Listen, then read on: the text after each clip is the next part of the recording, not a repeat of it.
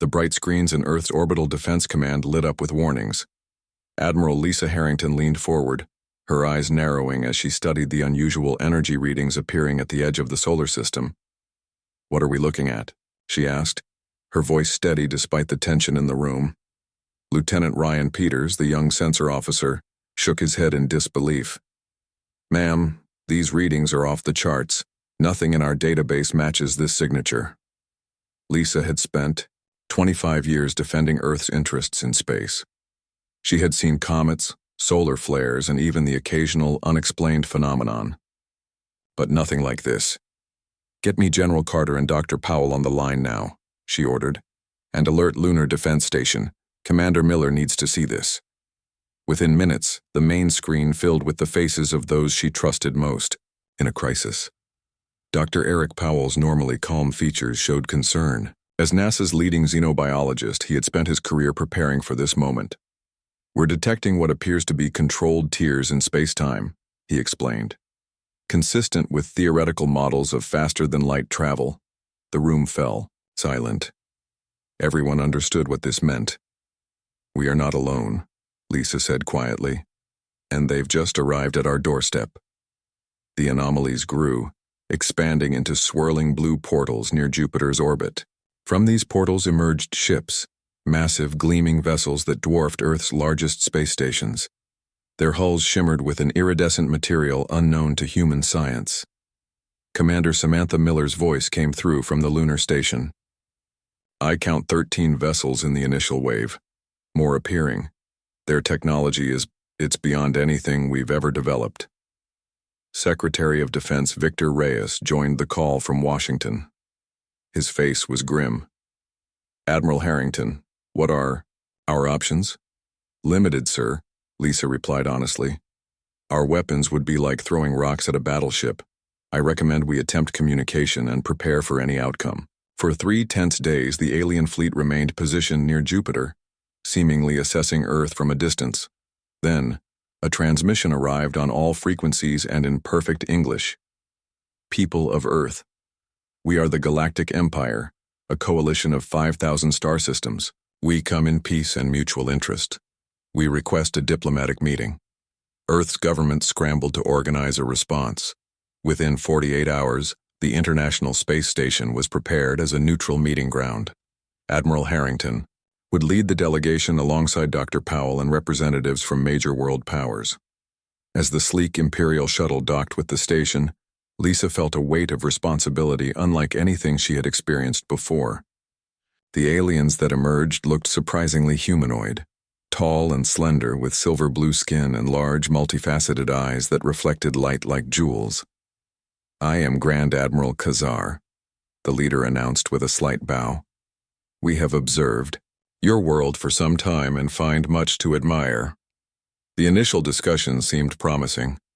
The Empire offered technological exchange, interstellar travel knowledge, and medical advancements. Yet Dr. Powell noticed something odd.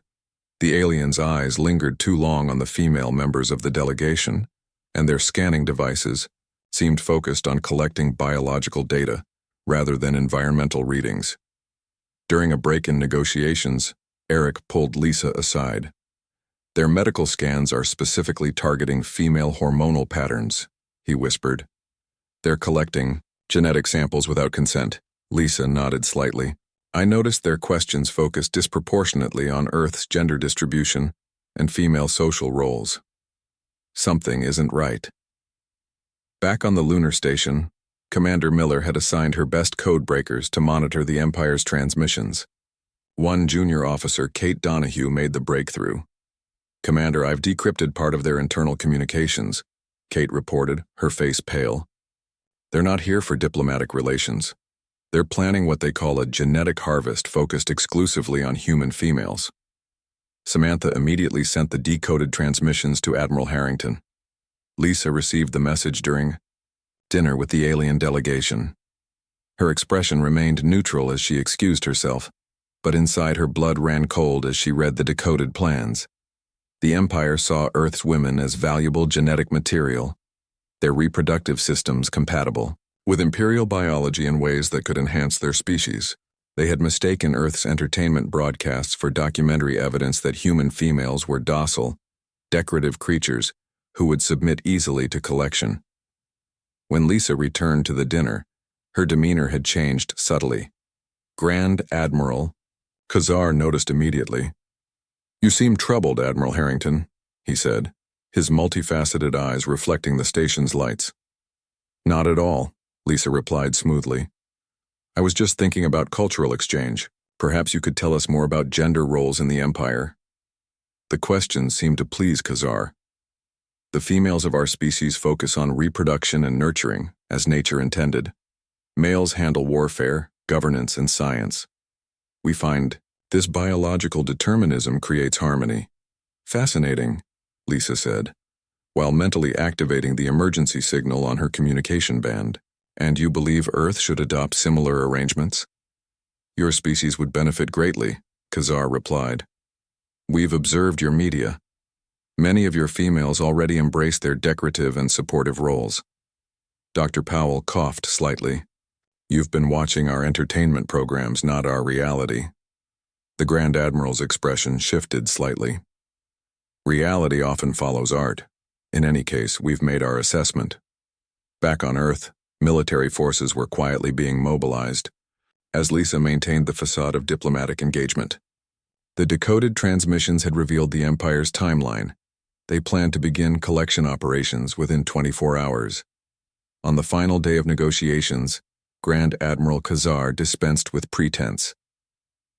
"We have appreciated these discussions, but the time for talking has ended. The Galactic Empire requires Earth's female population for genetic integration into our species. Their biological traits will strengthen our bloodlines." Lisa stood, her voice calm but cold. "And if we refuse?" "Refusal is not an option.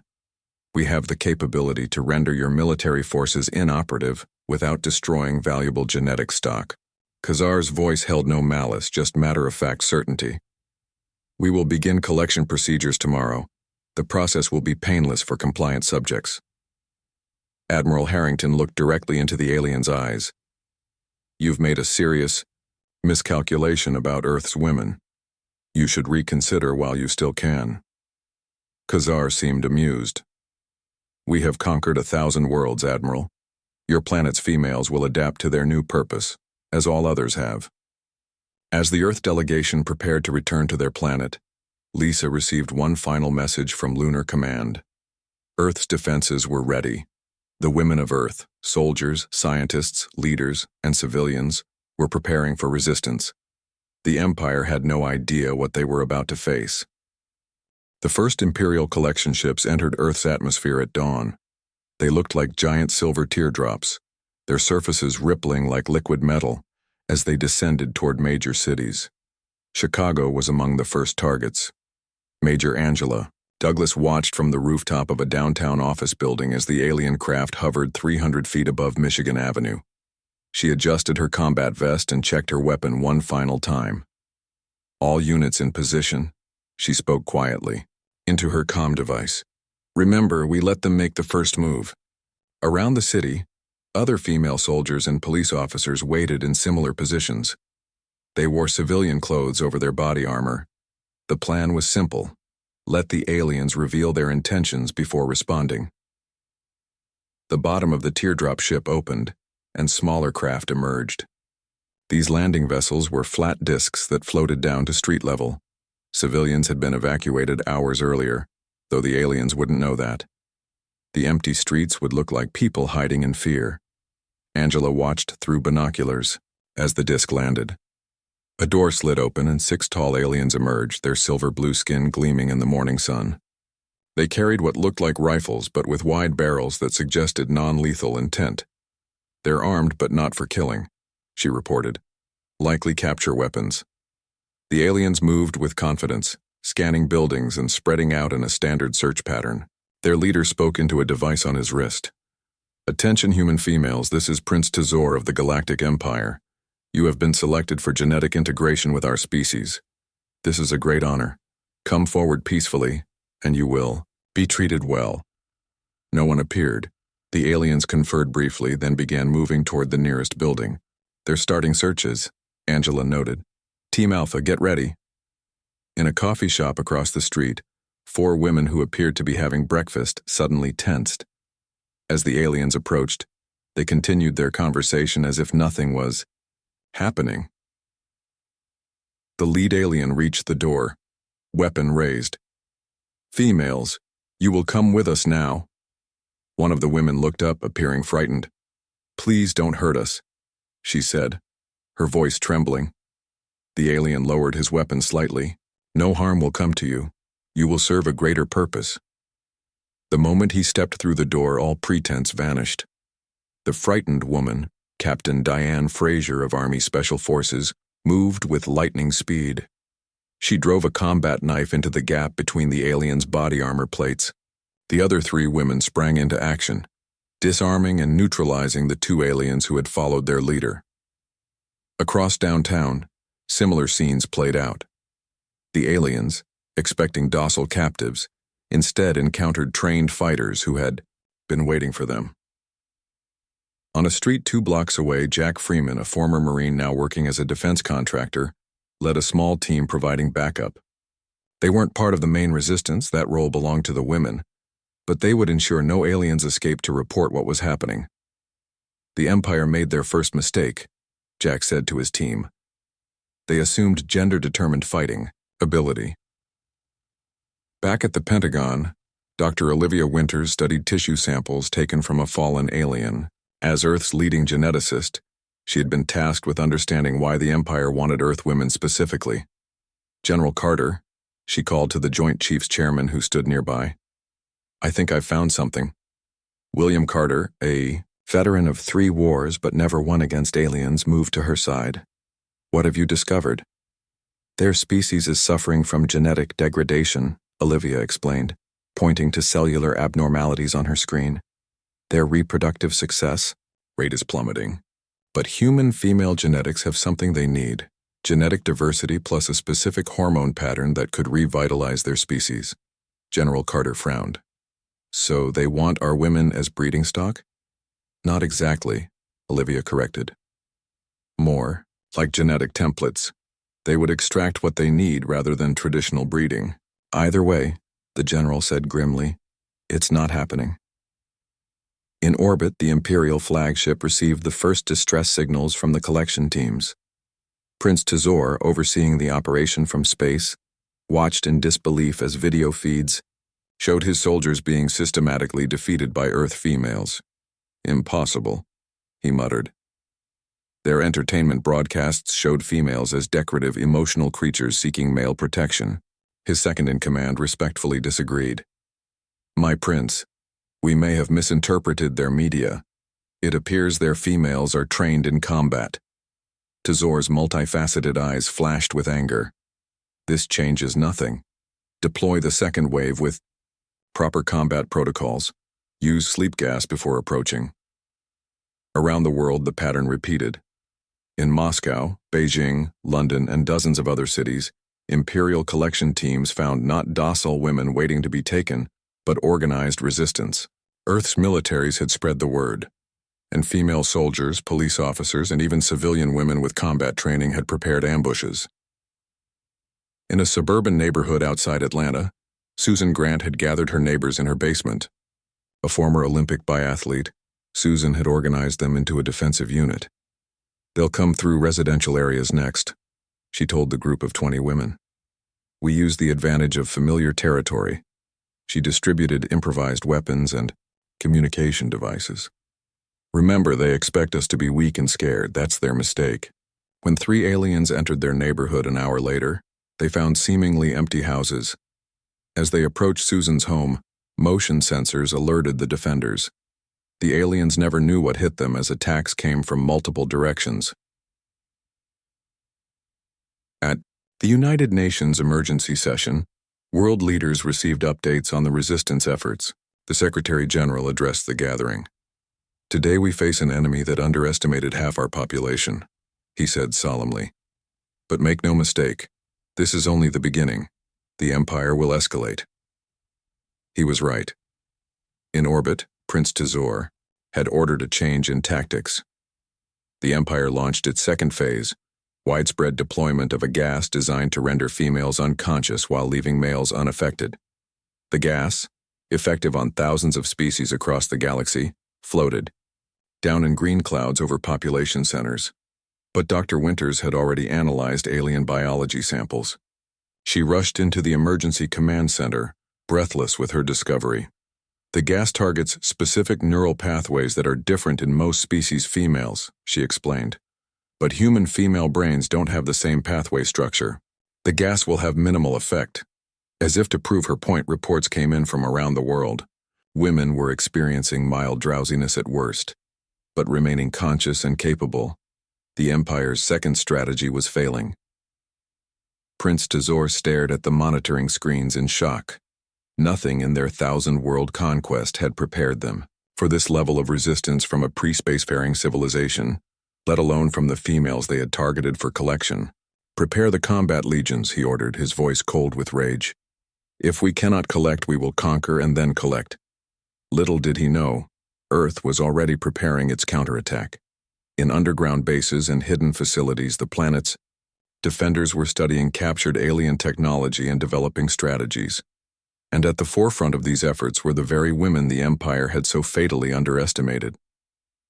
The Imperial warships descended through Earth's atmosphere, their massive hulls casting shadows over cities below. This was no longer a collection mission. It was war.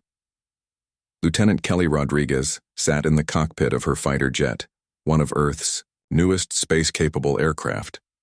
She and her squadron waited in the upper atmosphere, invisible to Imperial sensors thanks to technology reverse-engineered from a downed alien craft.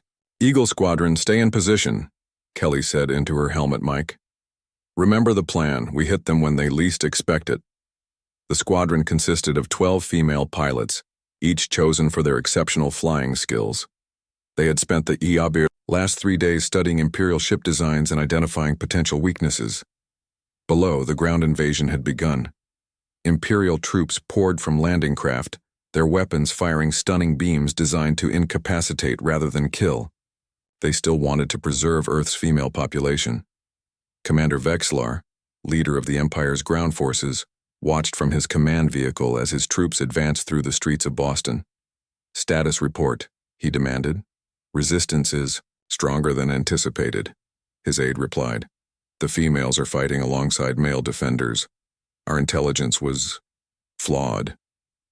Vexlar's multifaceted eyes narrowed. "Flawed? We based our strategy on thousands of their own broadcasts, showing females as weak, emotional creatures seeking protection. It appears their entertainment does not reflect their reality," the aide said carefully. In Silicon Valley, Grace Chen worked frantically at her computer. As CEO of a major tech company, she had access to resources most civilians didn't. Now she led a team of hackers targeting Imperial communications. "Their encryption is advanced, but it follows patterns," Grace told her team. "Keep probing for weaknesses." Her fingers flew across the keyboard as she wrote code that might penetrate alien systems. Next to her, programmers from rival companies worked with equal intensity. Competition had been set aside in the face of invasion.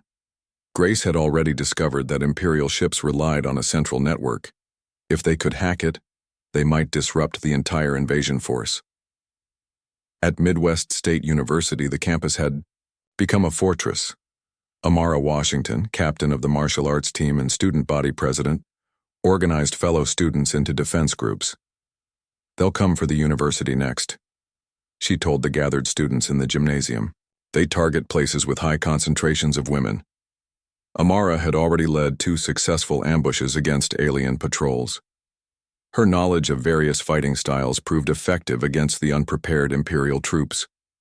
"They're stronger than us," she explained, demonstrating a takedown move. "But they expect us to run or surrender. Use that against them." Around her, young women practiced the techniques, their faces determined. Male students worked alongside them, preparing defenses and gathering supplies. In orbit, Lieutenant Rodriguez received the signal. The Imperial flagship had opened its hangar bays to deploy more ground troops.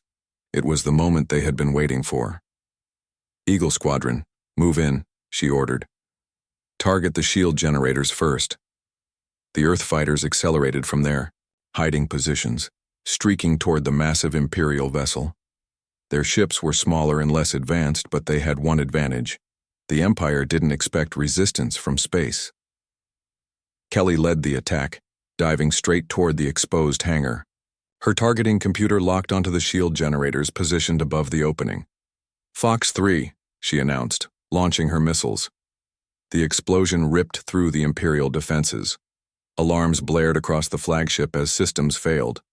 What happened? Prince Tazor demanded, steadying himself as the ship shuddered.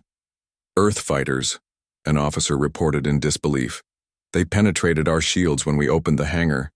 Tazor's rage was visible in his trembling hands. Impossible. Their technology is primitive. They've adapted our own technology against us, the officer explained. The fighters are piloted by females. The prince stared in shock. Everything they had believed about Earth's women was proving catastrophically wrong. In suburban Milwaukee, Susan Grant's neighborhood resistance had grown into a regional operation. Her home had become a command center coordinating defense efforts across 3 counties. They're pulling back from the residential areas, she told her team while studying a digital map. They're concentrating on military targets now. A younger woman raised her hand. Does that mean we're winning? Susan's expression remained serious. It means they're changing tactics. They're learning. She was right. The Empire had abandoned its collection strategy and was now focusing on defeating Earth's military forces. Once conventional defenses fell, they would resume their original mission.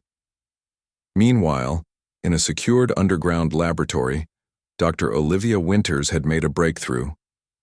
She rushed into the crisis center where General Carter was coordinating with global defense leaders.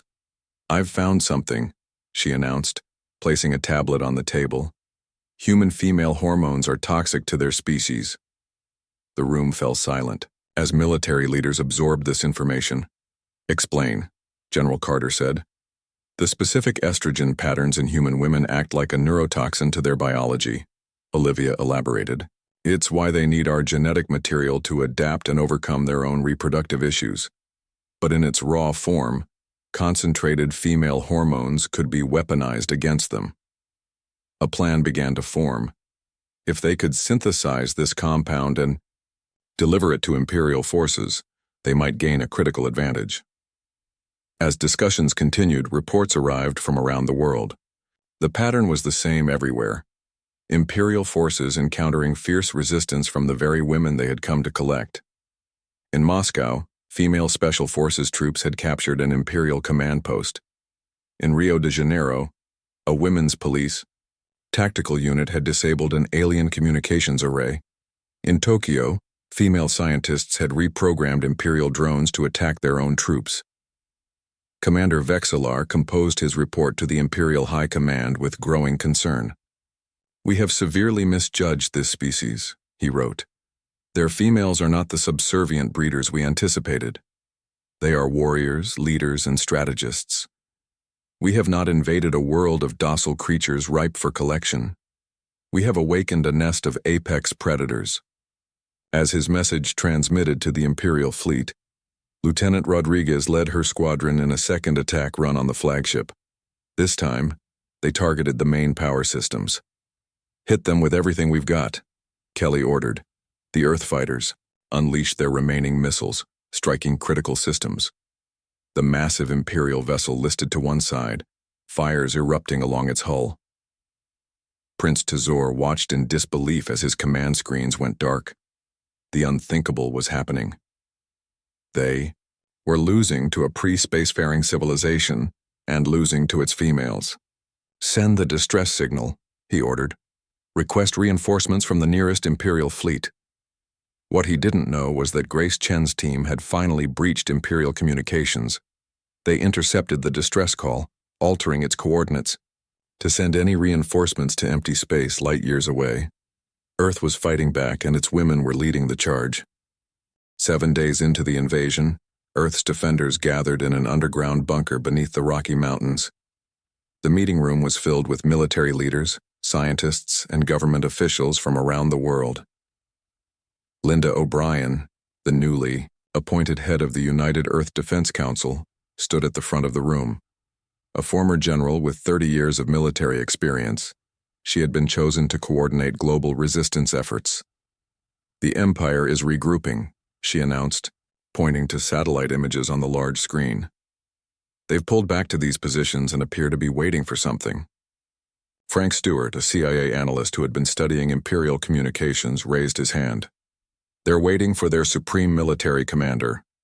According to intercepted messages, High Commander Zilius is on his way with reinforcements."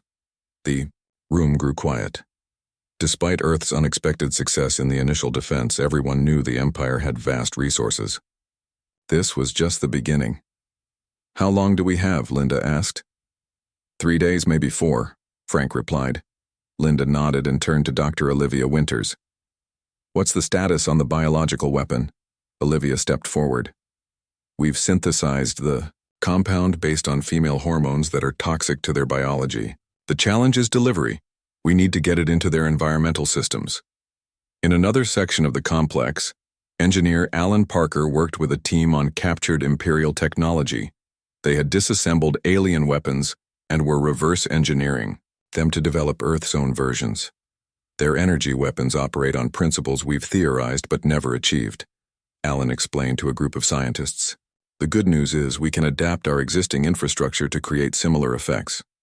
His team had already converted several power plants to generate energy fields that could disrupt Imperial ship systems. The modifications weren't perfect, but they were a start. Above them, in space, the USS Valkyrie prepared for its first mission. Originally designed as Earth's first interplanetary vessel, it had been hastily retrofitted with weapons based on alien technology. Captain Natalie Dawson stood on the bridge reviewing final preparations. "All systems are online," her executive officer reported. "We're as ready as we'll ever be." Natalie nodded. The Valkyrie was humanity's first true spaceship capable of engaging Imperial vessels. Its mission was critical: infiltrate the Imperial fleet and place Dr. Winter's biological agent into their life support systems. "Let's hope their arrogance works in our favor," Natalie said. "They won't expect us to have a ship that can reach them." The Valkyrie's design incorporated elements salvaged from damaged Imperial vessels. From a distance, it might pass as one of their support ships. Back on Earth, resistance continued in occupied territories. In a small town in Oregon, a group of women led by local Sheriff Diane Miller had established a guerrilla network. They disrupted Imperial supply lines and gathered intelligence on troop movements. "They still don't understand us," Diane told her team as they prepared for a night raid. "They expect us to hide, not fight. That's why we keep winning these skirmishes." One of her deputies, a young woman named Karen Lewis, checked her weapon. "My brother said their patrols are getting more cautious. They're learning." Diane nodded, grimly. "Then we need to stay one step ahead." In Washington, D.C., parts of the city remained under Imperial control. Nicole Hayes, a college student who had been captured during the initial invasion, was being held in a processing center with hundreds of other women. But Nicole had been working on a plan. For days, she had observed the aliens, noting their routines and weaknesses. She had noticed something important. The guards were all male, and they still underestimated human women despite everything that had happened. Nicole whispered to the women around her, spreading her observations and forming a plan. They would need to coordinate perfectly, but if they succeeded, they could take control of the facility. "They don't search us thoroughly because they think we're harmless," she explained. "We can use that." The women had collected small items that could be used as weapons: metal from beds, sharpened plastic from food containers. It wasn't much, but surprise would be their real advantage. In orbit, High Commander Zilius arrived with 10 additional warships. His vessel dwarfed even the Imperial flagship that had led the initial invasion. Prince Tazor stood at attention as his superior appeared on the command deck. "Explain this disaster," Zilius demanded, his voice cold with fury. Tazor struggled to find words. "The intelligence was flawed, High Commander. Earth females are not as reported. They fight alongside males. They lead military units, they resist. Zilius's multifaceted eyes narrowed. The Empire has conquered 1,000 worlds. We will not be defeated by primitive creatures who have barely left their atmosphere. He turned to his tactical officer. Prepare the sterilization protocol. If we cannot collect them, we will eliminate all resistance and start over with controlled breeding programs. The tactical officer hesitated. High Commander, that would destroy much of what we came to harvest. I am aware, Zilius replied. Sometimes examples must be made. The rest of the galaxy watches how we handle resistance. Unknown to the Imperial commanders, the USS Valkyrie had slipped into their fleet formation, its modified appearance and stolen identification codes allowing it to pass as an Imperial support vessel. Captain Dawson ordered minimal communications and passive scans only. We're in position, she reported via secure channel to Earth Command. Beginning Phase 2.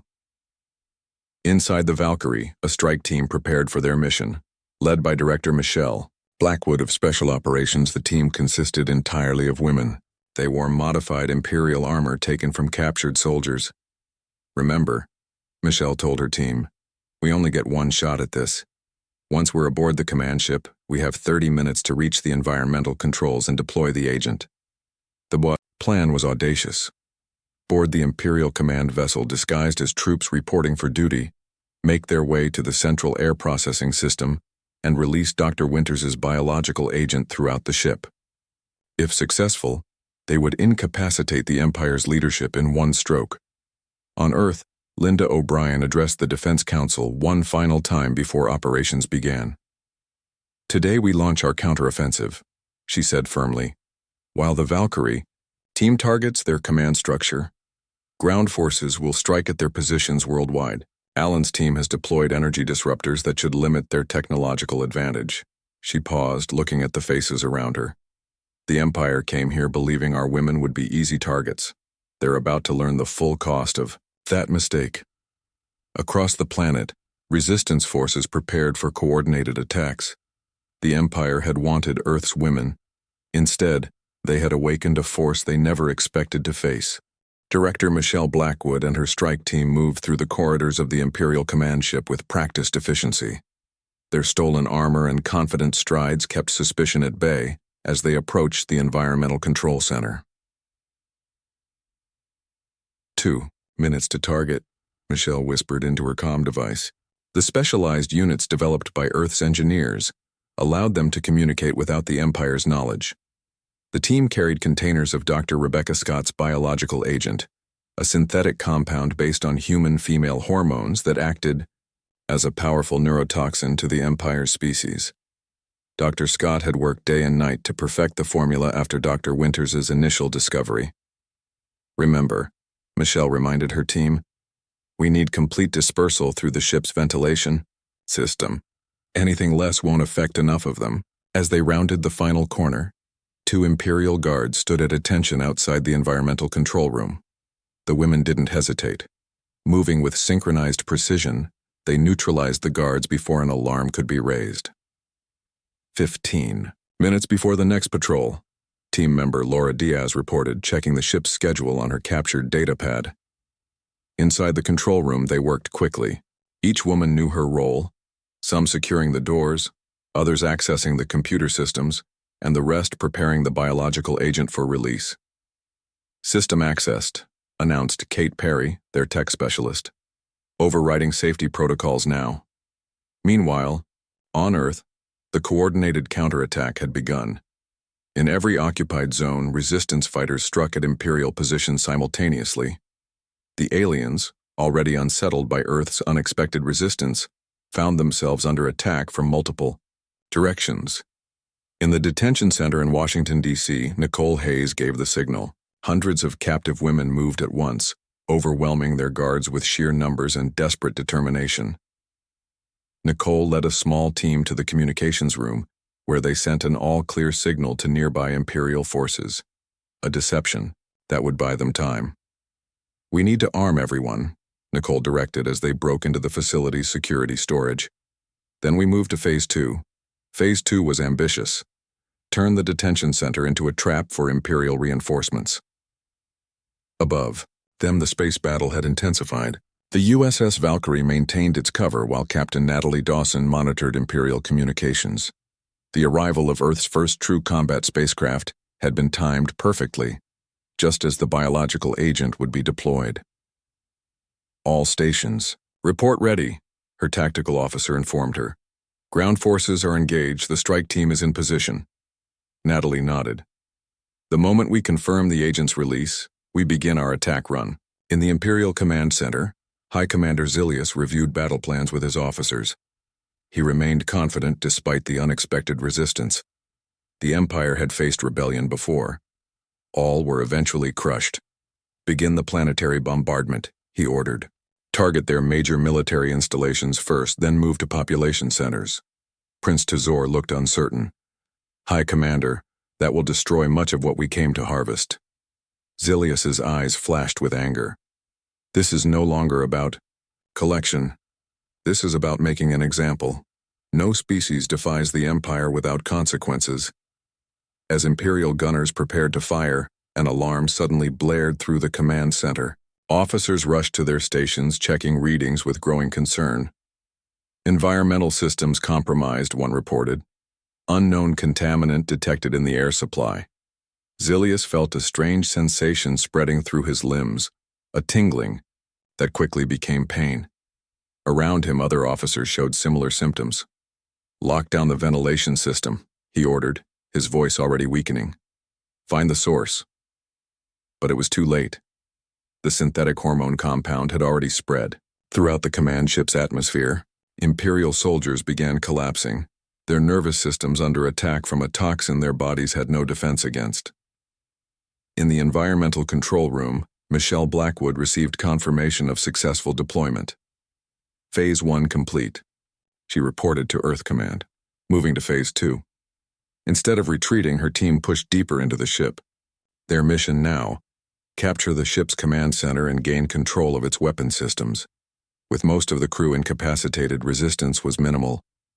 On Earth, Dr. Rebecca Scott monitored data from the strike team's sensors. The compound is working faster than expected, she told Linda O'Brien. Their biology is even more vulnerable than we thought. Linda nodded. Inform all ground forces to prepare for Phase 3. She turned to Paul Lawrence, the UN Secretary General who had been coordinating with potential allies. Any word from the other alien factions? Paul nodded. 3 species have responded to our broadcasts. They've all been subjugated by the Empire. They're watching carefully to see if we succeed. The Empire's vast reach had made many enemies. Earth had made sure the galaxy knew it was fighting back, and winning. In orbit, Captain Dawson received the signal she'd been waiting for. Strike. Team has control of the command ship, she announced to her crew. Valkyrie, reveal yourself and begin attack pattern Alpha. The Earth vessel dropped its disguise, powering up weapons that had been modified using Imperial technology. The surrounding Imperial ships, confused by contradictory orders from their command vessel and the sudden appearance of an enemy in their midst, responded slowly and ineffectively. On the command ship, Michelle Blackwood reached the bridge to find High Commander Zilius barely conscious. His officers lay incapacitated around him, victims of the biological agent that specifically targeted their species. How? Zilius managed to ask as Michelle approached. You are just females. Michelle smiled coldly. That was your first and last mistake. Within hours, 3 Imperial ships had been captured intact. The rest retreated, jumping to hyperspace, with the news that the simple collection mission had turned into a devastating defeat. Nicole Hayes, having secured the Washington Detention Center, used Imperial communication systems to coordinate with other resistance groups. Thousands of captured women were now free and joining the fight, their fury at the Empire's plans fueling their determination. As the last Imperial vessels fled Earth's solar system, Linda O'Brien addressed the United Forces of Earth via global broadcast. Today marks not an end, but a beginning, she said. We have technologies now that will take us to the stars. We have allies waiting to join us against the Empire, and we have shown the galaxy that the women of Earth are not prizes to be collected, they are forces to be reckoned with. Across the recovered Imperial ships, Earth scientists found star charts, weapons technology, and faster-than-light drive systems. The Empire had come to harvest Earth's women. Instead, they had given humanity the means to reach the stars. Indy, the final Imperial ship to flee the solar system, a junior officer prepared his report for the Emperor himself. His conclusion was simple and would soon become famous throughout the galaxy. Avoid the third planet of the yellow star. Its females are not what they seem. They are apex predators disguised as prey. The Empire has never faced their like before.